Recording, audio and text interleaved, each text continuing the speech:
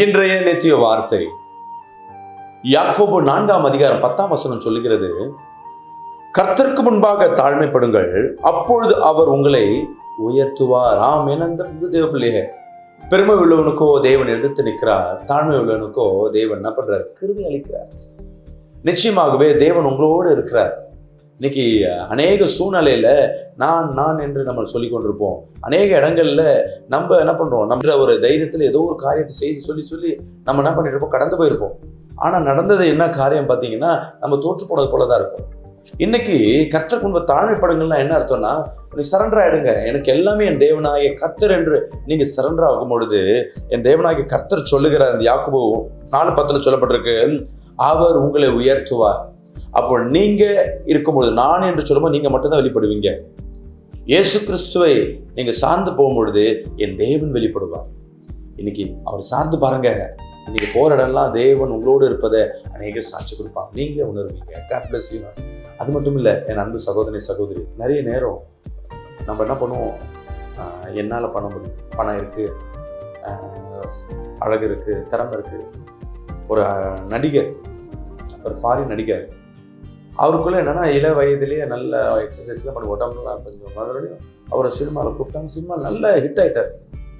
அவருக்கு அவர் குடும்பத்தை, தாய் தகப்பனை மதிக்கல, அவர் திருமணமான மனைவியை மதிக்கல, நிறைய பெண்களோட சகவாசம், நண்பர்கள் சரியான நண்பர்கள் இல்லை, ஏன்னா நான் தான் பெஸ்ட்டுன்னு சொல்லிட்டு அவருக்குள்ள, ஏன்னா நிறைய ரசிகர்கள் அவரை லைக் பண்ணுறாங்கன்ட்டு நண்பர்கள் அவர்கிட்ட நேசிக்க முடியல, நண்பர்கள் போயிட்டாங்க, குடும்பம் போயிடுச்சு, என்ன இருக்குது. ஆனால் இவருக்குள்ள என்னென்னா பெருமை, நான் ஒரு கட்டத்தில் என்ன ஆயிடுச்சுன்னா, 2 படம் தொடர்ந்து ஃபெயிலியர் ஆகும்போது அவ்வளோதான், முடிஞ்சு போயிடுச்சு. நான் சொன்ன இடத்துல இவருக்கு வாய்ப்பே கிடைக்கல.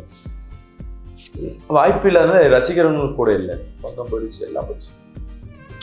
அப்போது அவங்க தாய் இடத்துல அவர் போகிறார், அம்மா நீ கூட என்னை வெறுத்துட்டியா? அம்மா நான் எங்கப்பா வெறுத்தோம், நீ தான் எல்லாரையும் வந்து என்ன பண்ண, பணம் வந்தோடனையும் உனக்குள்ள திறமை வந்தோடனையும் எல்லாம் நான் பார்த்துருவேன், விட்டுருவேன், என்ன நீ தான் போட, நான் உங்களை விட்டு போலியே அப்படின்றார். அப்போ சொல்லினே இருக்கும்போது அழுவார். சொல்லலாமா, ஏன்ப்பா அழுவார்? அழுவார் இல்லை, எனக்கு வர படம் வாய்ப்பெல்லாம் போயிடுச்சு, கேட்டால் நான் சரியாக நடிக்கலைன்றாங்க, கதை அமையலைன்றாங்க, நான் என்ன பண்ணுறது அப்படின்னு சொல்லும்போது அவங்க அம்மா சொல்கிறாங்க, நீ இதுவரையும் உன்னுடைய திறமையில் போன, சக்ஸஸ் ஆனிச்சு, ஆனால் இப்போ நீ தோல்வியில் இருக்க, இன்னைக்கு தோல்வி மத்தியில் நிற்கிற, இப்போது தேவனை புரி, இயேசு தான் மெய்யான தேவன், ஒரு முறை அவரை நேசிச்சு பாருங்க. இவர் என்ன பண்ணுறாரு, போய் நேசிக்கிறார், ஜெபம் பண்ணுறாரு. அப்படி 6 மாதங்கள் படாத வறுமை. 6 மாதத்துக்கு அப்புறம் ஒரு சின்ன ப்ரொடியூசர், அவர் வந்து முதல் எடுத்த படம் எடுத்தவர் வராரு, நான் உங்களை வச்சு மீண்டும் ஒரு படம் எடுக்கிறார். அந்த படம் பார்த்தீங்கன்னா செமைட்டு. அந்த படத்தில் இவர் நடித்த கேரக்டர் கூட பார்த்தீங்கன்னா அநேகர் கிட்ட இவர் அடி வாங்குற மாதிரி, ஒரு தோற்றுப்போன சூழ்நிலையில் இருக்கிறவர் வாழ்க்கையை ஜெயிச்சு காட்டுறார். கடைசி வரையும் அவர் அடி வாங்குற சூழ்நிலை. அந்த படம் அவ்வளோ ஹிட். அப்போதான் அவர் புரிஞ்சுக்கிட்டாரு, தன்னைத்தானே உயர்த்தும் பொழுது தேவன் நமக்கு எதிர்த்து நிற்கிறாங்க.